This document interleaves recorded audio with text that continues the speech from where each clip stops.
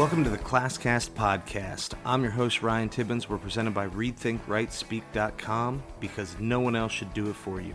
Please enjoy the following discussions about life, education, philosophy, and more. But who can unlearn all the facts that I've learned? I sat in their chairs and my synapses burned. The torture of chalk dust connects on my tongue.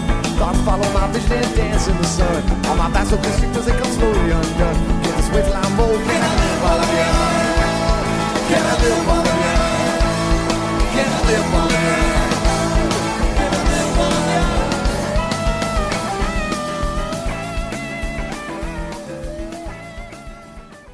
young? All right, so what is Read, Think, Write, Speak? What's it about? So it's early, and I'm still figuring that part out. Yeah. But the goal is to be able to have conversations, maybe like this, maybe better. Hey. Now, the goal is to have conversations about a variety of topics related to education and school, politics, culture in general, through a little bit of a philosophical lens, try to get people to think hard and maybe not yell loud. Maybe not yell. Yeah, These things sound like very touchy subjects where people get very emotional about them. So how do you No, I think you got to frame it right. I think the goal of setting up the podcast, this was recommended by students several times over the last probably 4 or 5 years. I mean, you talk a lot and they listen, so. I do talk a lot. No, but we talk about difficult or controversial topics in class, and there you have 25, 27 kids with all different backgrounds, perspectives, and beliefs, and those discussions almost never include yelling, and they very rarely lead to hurt feelings. Not that people's minds are easily changed, but I think you see a lot of people who question what they do think and then better understand what other people think. Whether you actually change your beliefs or not almost matters less than just better understanding why you believe it and how a person could reasonably think something different.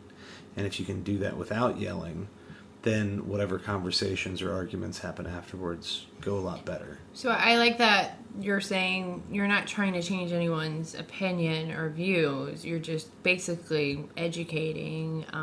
You kind of want to open people's eyes to view the world and these topics in a different way or like in a broader way. It's one of the reasons I'm doing this maybe as a podcast now as opposed to just writing. Because when I write, I have to say all of the stuff. Yeah. But when we talk, I can say half the stuff or less or more, depending. I ask a lot of questions, and sometimes in writing, questions don't convey well. Yeah. Too many rhetorical questions, and you sound snobby. The ability to go back and forth and ask questions is important. That's the Socratic method. You know, he argued and taught all through questions. And I wouldn't say I do all questions, but I think it's important to ask people and then to respond.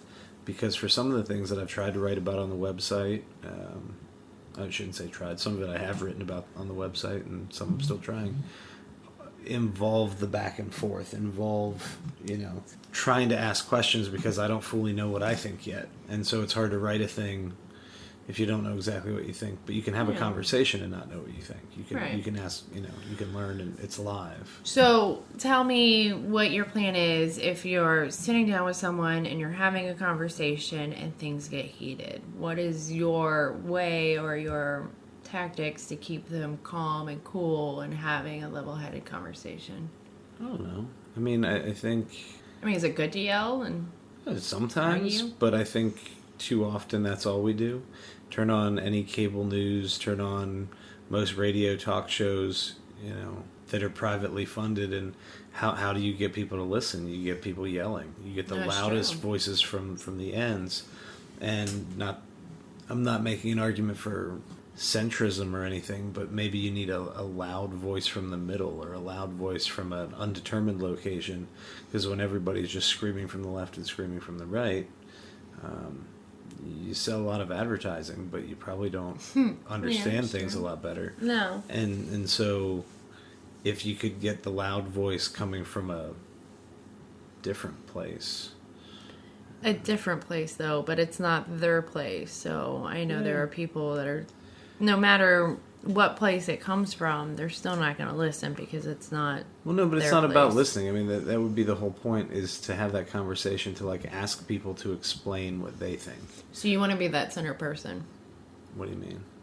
that middle person to say like, hey, there's this, and then there's this side, and Yeah, but I mean, you ask someone why they think a thing. I learned this doing an externship several years ago. Externship it was the George Washington University Teachers in Industry program. Mm-hmm. And one of the business consultants, I think it was at AOL, he said that one of the simplest things you can do in consulting is you do the 5 whys.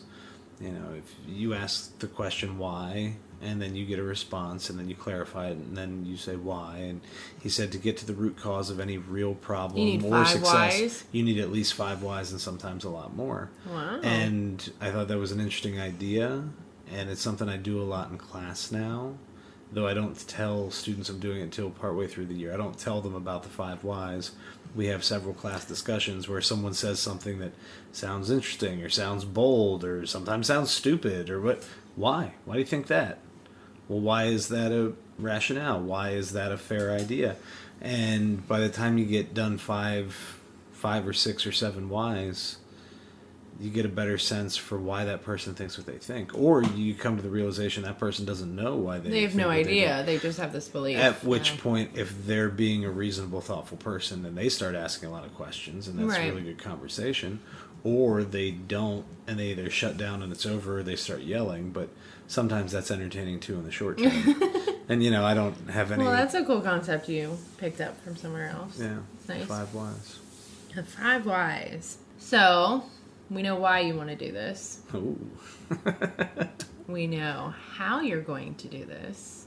Yeah, hopefully. We know where you're doing this. I'm promoting my website on my website. Duh. It's probably not going to work. No, you should totally do it. What do you think about when you're alone in a car? You drive a lot. I drive a lot, long commute.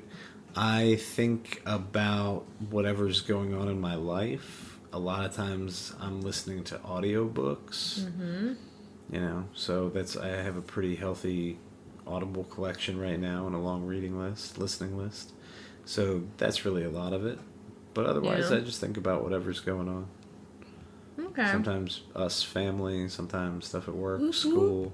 Think about me all the time. Mm. What do you want to be when you grow up? A rapper. You are not Jay-Z. Sorry, babe. I don't need to be. Yeah, a rapper. That's what I want to be when I grow All up. right, we'll rap something. No. Oh, what? Don't do that to me. No, that's what I used to always say. I used to, you ask kids that on like the first, second day of class. What do you want to be? And then I'd say, okay, well, I'll answer my own questions. And my response was always a rapper. And people say, why? Have you ever seen a rap video?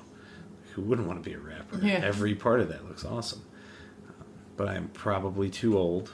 No, never give up on your dreams. I used to think I was too white, but I feel like there's a lot of white rappers. I just need some grow your hair out. I I'll need put some face cornrows. tattoos. Face tattoos, that's where it's at. Yeah. No, I don't know. I'll probably stick with teaching. Okay. Unless enough people listen to this nonsense, and I'll do this. I don't think it's nonsense. No, I also don't think I'm going to replace my job. No. Well, you find your job very rewarding. Yes. It depends on the day. Yeah, usually, yeah. What is the funniest thing that has happened to you recently? Funniest thing that's happened to me recently? I don't even know. Well, you got to think hard about that one. Yeah, I don't know. I don't have a very good memory, I guess. Will, Yes, you do. Will and the camping thing was pretty funny.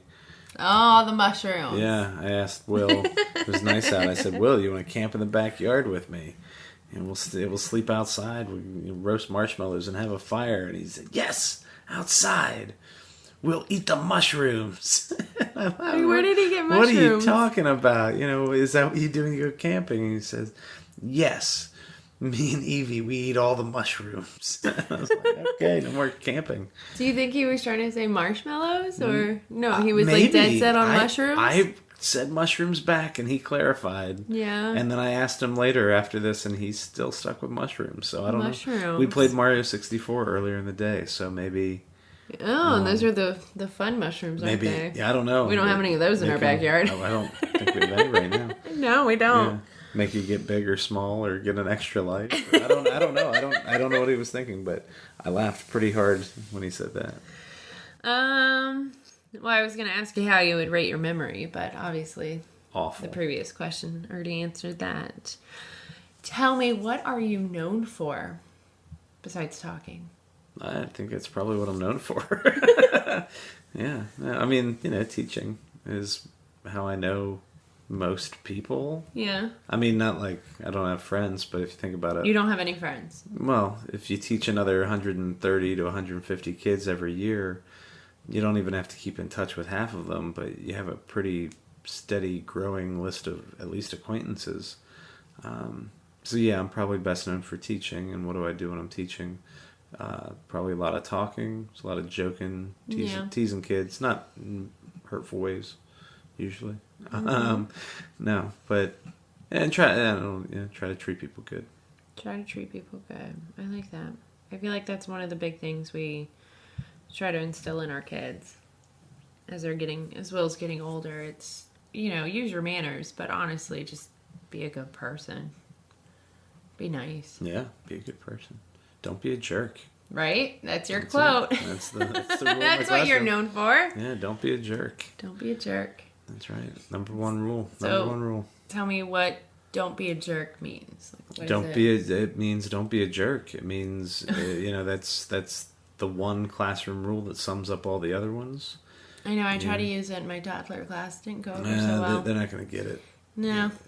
Probably got to get to at least middle school till they're going to pick up on the sarcasm of it. But no, you need something for toddlers that works like that. You need to, try to be nice to people. But if you're doing something, because a lot of times the things that bother us about other people, they're not trying to do, or they're not trying to bother us. When you're driving down the road and some guy, changes lanes and cuts you off, like, very rarely is that person's intent to actually cut you off. He's like doing it on purpose. They're just driving somewhere to drive somewhere. They're doing their own thing. So, to have the ability in those moments to just say, hey, don't be a jerk.